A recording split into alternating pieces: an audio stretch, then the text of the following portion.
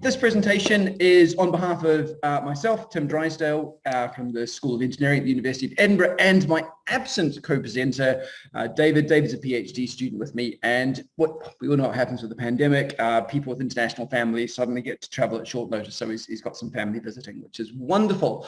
So I will be presenting for both of us today.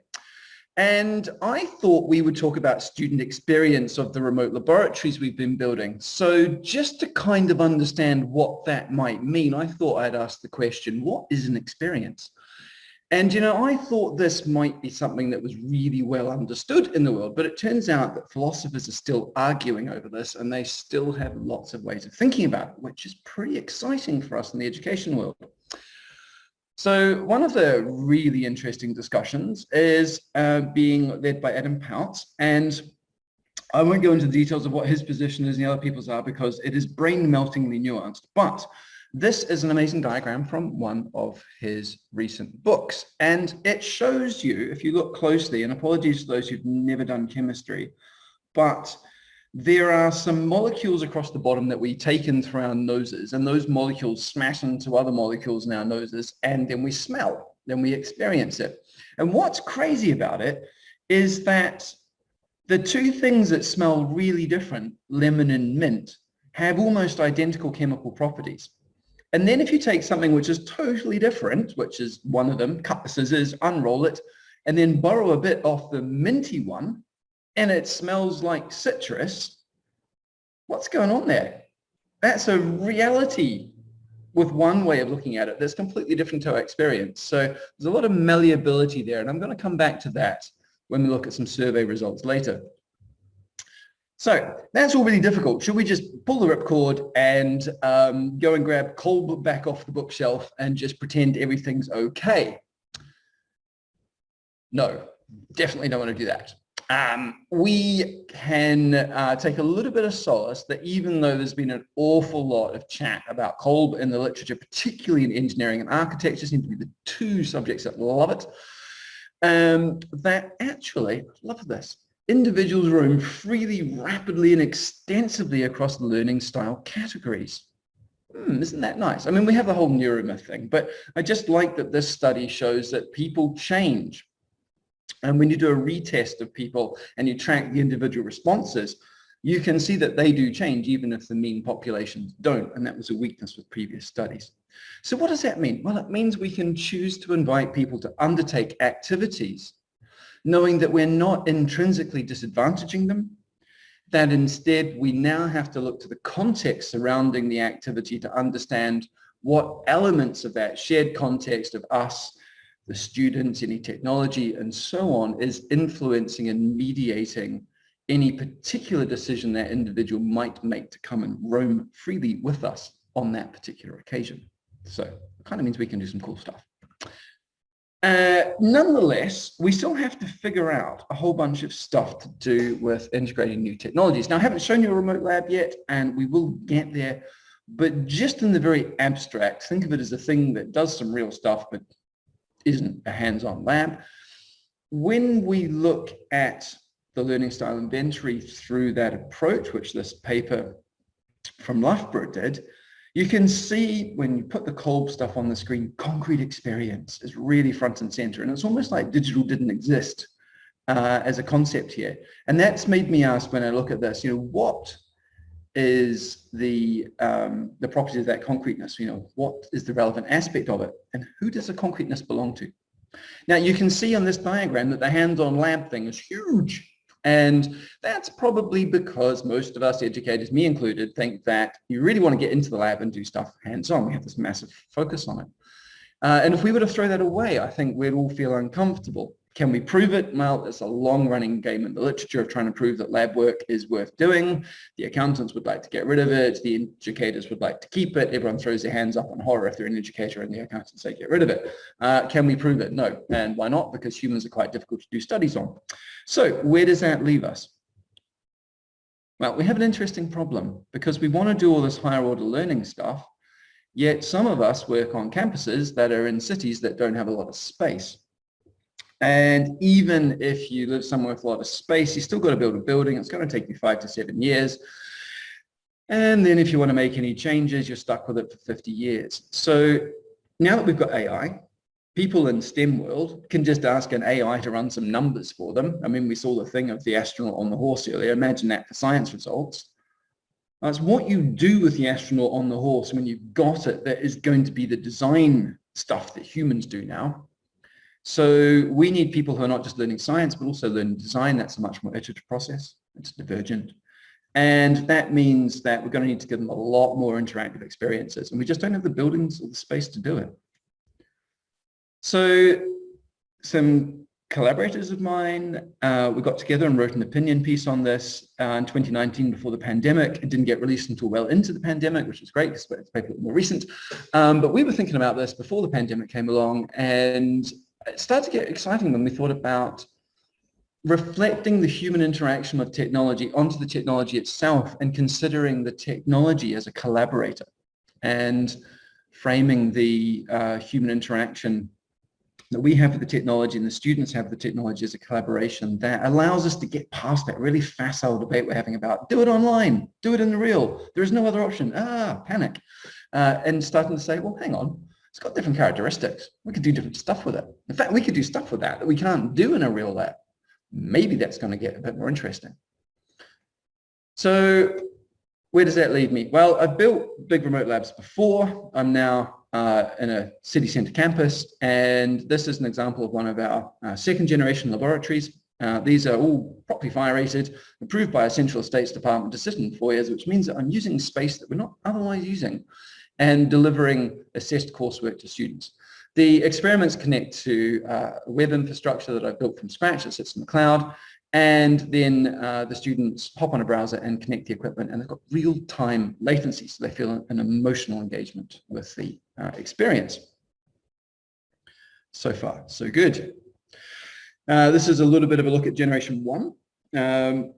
This was pretty much the only practical work we were running during a key phase of the pandemic, and we had all of these experiments in a classroom, and some of them are pretty noisy and whirring away. So obviously, you know, generation two, we made things a bit quieter and we put them in foyers, and made them so that they can attract attention. The containers represent the playfulness of transport from hybrid to real spaces, and the honeycomb represents that solid to honeycomb to open, that sort of, again, that blended sort of experience of sharing a space. So there's an awful lot to explore and play with there that you might not expect the engineers to be thinking about, which is kind of cool. Right, the actual student experience. So last year, 2021, around about this time last year, they were sort of finishing up, 250 students had access to 12 boxes with these big metal discs in them. We're going to spin them around and make them do things like robot elbow joints and try and understand how those work. We didn't get many survey responses, which are kind of not surprising, under 10%. Well, I think we got to 10% at some point, but that meant we really were looking to take a mixed methods approach. And that put us somewhere between engineering of A/B testing and the context doesn't matter, and we're looking for, you know, natural truths that apply everywhere, versus a much more context-driven qualitative approach. So, you know, it's an amazing journey to go on, to start off with numbers matter to, well, let's have a think about this. So we did a pretty standard user experience test. The range here normally goes between plus and minus 2, and if you're over 0.8, you're normally doing pretty okay. And we started to see that students are really conflating the whole experience into one thing. They're not separating out what can a motor do and how much of that can I do. And they're not separating out how easy it is to book the system and stuff like that. Those are the kind of the spoiler alerts. But basically, they liked it. And there are some things we've learned. So, I mean, obviously, the students, what's the word? It's easy to ask a survey question that says, are you satisfied? And I'm not sure it's that helpful, but it's kind of nice to know they liked it. What we were really interested in this particular time around was whether they felt like they were in control of the hardware, because we felt that was the bit people might resonate with most, and an emotional connection to the issue of what am I doing in my lab? And that's where the dependability was a little low. Now, these were 20 quid motors that got hot and overheated and then behaved differently. So there were some really interesting wrinkles in there, which might have been a little bit too hard for the particular year that the students were at. Some of the top students seemed to have no problem with it. Some of the other students were struggling a bit. So there's all sorts of things conflated into that dependability score. So we had a look at the individual elements in the UI, and this is where something really startling happened. This is when we started to think, hang on a minute, maybe the students are reacting to what data they can extract from the stream of data we're sending them, and that is what feels like control to them. So there are elements on the screen that just run. The video on the top left, the line that's immediately below that shows a live updated position. Then the graph on the right-hand side, you can set that recording and it starts taking data. You can download it as a spreadsheet. While that's happening, you can also hit a button and record different values into a table, and building the table is one of the challenges. So let's just skip on to the next one. So we started to dig into this a little bit more, and we could see that students really wanted to control the graph, start and stop it, and do their plotting. And the thing that surprised me the most was that the snapshot tool was the thing they really, really liked. That was pulling out the data from the data stream. And it was an amazing realization of whose concreteness is it that they have a task to do. And that task is extracting the data from the data stream and making it go into a table. And my concreteness was, I have a motor lying on a bench and I need to find a way to wire it up and put a camera on it and control it and connect it to the web and build a web infrastructure that does that reliably. And then I need to deliver that to a web browser, and then the web browser has to be able to make them control it. And then they've got to be able to push the buttons in. So my world is everything else. And that's what I thought control was. Can you make the motor do what it couldn't do until I did what I did? And they thought, oh, hey, this is cool, things arrived. Can I do my task with it? So this whole idea of experience and staff and student variations on it, it's really rich. There's so much more to explore here. And we've got research questions that we would love to dig into a bit more following this, first go round, which admittedly we did do under emergency conditions. So students working under emergency conditions as well. So we then started to dig into how the students felt about the fact these motors ran a little bit hot and didn't always do exactly what the theory predicted, which quite frankly, it's quite hard to find a motor which will do exactly what the theory predicts without adding lots of difficult things into it. And we started to see that the user experience and where they thought the issues were coming from didn't really affect the quality of their experience. So some people thought the lab was a problem, some people thought theory was a problem, some people thought they were the problem. So that was pretty interesting. The design and the tech didn't strongly impact their trust, which I kind of think is important because authenticity is massive. Like, we do not want the social media equivalent happening in science where people don't trust anything because it's completely made up. We want authentic data. And then they had a neutral response statement that remote labs are not real practical work. And this is the thing that, I look at what's going on at the moment and I think to myself, spending all this time arguing that it's still real to do a real lab, and then you can almost imagine the world swinging around on its head and saying, hey, I've got astronauts on horses in the real world, why do I even need to do hardware at all? And so, I could almost be arguing in 10, 20 years time for the value in having some hardware in the system, even if you access it remotely rather than just doing all the sim stuff. So there's a lot to dig into here around this idea of how relevant is the aspect of concreteness in a world where graduates are going to be doing a lot of stuff that's virtual for them, even if there is hardware there, in which case remote labs are a great match, actually.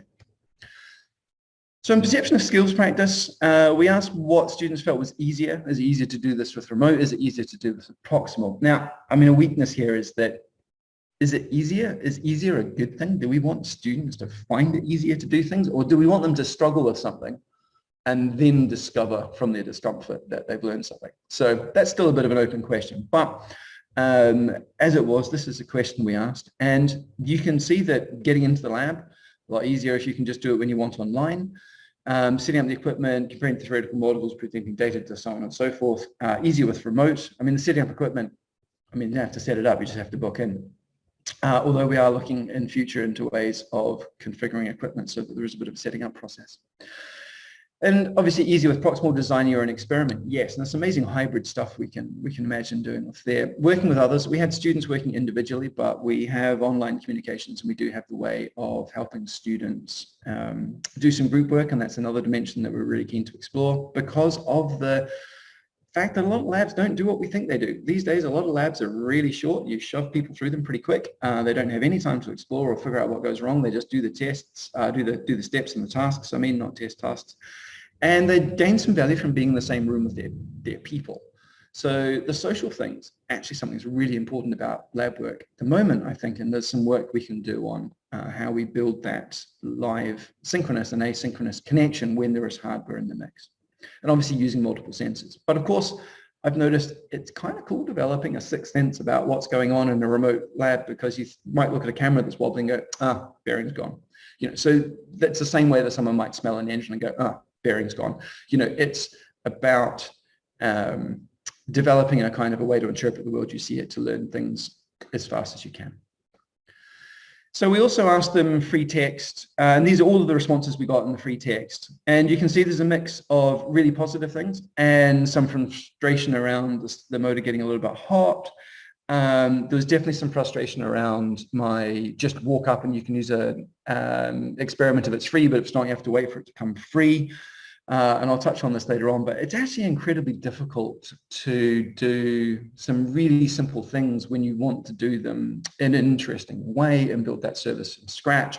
So there's a whole lot of stuff I want to do to build efficiency into the system, and that needs a pretty complicated bit of booking system behind it rather than just an hourly slot. I can't just do an hourly slot system for us like a standard diary, because our campus runs with different time batches on different parts of the campus. So that was one of the initial realizations of moving to Edinburgh, was I'm going to need a custom booking system that's different to ones I've used in the past. So that dependability issue is actually the whole system feeling of the booking from start to end.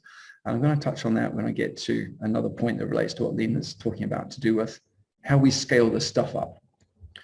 So swiftly moving on to whose concreteness is it and the staff experience. I've kind of given you a bit of an insight into my world. What I want to talk about now is what our experience is like as people who have some kind of contact in our daily lives with education on the one side and digital technologies on the other, and a mix of people and contexts that are asking us to bring those together. So the typical way a remote laboratory experiment is run up until now is that somebody gets £2 to £3 million and they run a 2 to 3 year project to build a specified set of experiments for a specified set of courses. You have to incur some technical debt to get that done on time. Nobody really notices because you know what target you're aiming to hit, and you can deprioritize a certain number of future flexibility features in order to hit those targets. Then another university comes along and wants to use it, and a gatekeeper has to say you can come in or you can't, and there's a whole lot of cooperative user style issues around these sorts of things. So I don't like technology where I have to ask someone if I can use it. In fact, when I triage things, if I can't see the stuff open source with a quick start, I tend to kind of run the opposite direction. So I've set myself a pretty high bar for my own stuff, and we're still working toward that, because actually it's quite hard to do that documentation side as well. The other alternative, you just say, that's really hard, I'm not going to bother, I'm just going to wait for someone to invent it. And then you get one size fits no one. This is being recorded, so I won't go into inviting people to share the frustrations I'm sure we have all seen and heard about with when that size almost fits, but it doesn't fit, and then it rubs in some places. And you're thinking, do I want to build this whole new thing from scratch, or do I want to put up with the rubbing? And that's a challenging discussion to have in our current environment at times, and an incredibly liberating and exciting one as well. So what do I think we should be doing? Bluntly, I think we need to be doing a whole bunch of academic-led open source stuff where we work all together, so we're not all reinventing the wheel separately, and also bring our institutions and our countries on a journey where we are able to build open source, share, federate, and make sure that stuff fits other people, rather than just building a thing and then wrapping it up in a bow and giving it to someone and saying, here's a shiny gift, you have to do it my way. I'd much rather say, hey, I've really worked really, really hard on this, but here's how to make it yours, and then you can completely own it, and then you can do new things, and then you can share those new things with this huge network. And this kind of runs smack bang into the profit motive of commercial companies. It's quite challenging. But what I discovered very recently is thanks to Neil Salmon for tweeting this, the impact of digitalization of education on the right to education. It's a UN report from the rapporteur. And it has in its summary a very clear statement about profit motive. This is the particular conclusion that relates to it. States should invest in free and public digital platforms and infrastructure for education. So we shouldn't just wait for stuff to arrive from a commercial company. We as states, as Scotland as a nation, or as UK, or even as conglomerates of states, be building the stuff that we need that's different. Maybe we don't want to build teams. I mean, we've got that. We want to build other stuff like authentic assessment and so on and so forth. So just to provoke some thoughts on the educational delivery side, if we've got a technology like Lena's where she's been developing pedagogy and technology, there's then the scale-up process. So in my case, that's creating, deploying, and managing experiments, and then extending the core system documentation to support its cool features, and then building developer and user communities, and then enabling federation between institutions. That's a 2-minute warning. Sorry, Tim. No, you fire away. I'm bang on time. And that's a whole lot of work to do that you don't have to do if you just buy some stuff in and you give up on not getting to do the cool stuff. In terms of educational research in remote labs, there's an amazing amount to do in automated feedback, authentic assessment, speculative methods.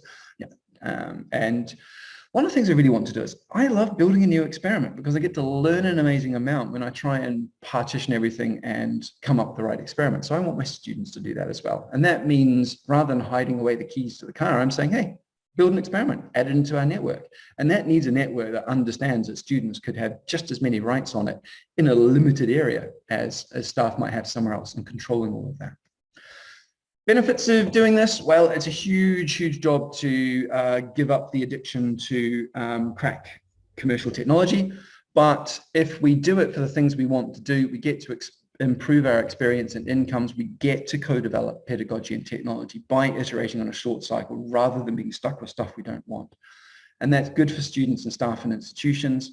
And it means we can also do social good at all levels because the stuff we develop isn't stuck behind a paywall and increasing inequalities in the world, because if we develop a practice that uses commercial technology that somebody else can't afford, then we haven't helped them do something we're doing. But if we can do it with open source, then at least there's free speech there in terms of their ability to customize it to suit their culture. And it's not quite free beer because cloud servers aren't free, but they are easily donatable and shareable. And that opens the door to some really cool stuff.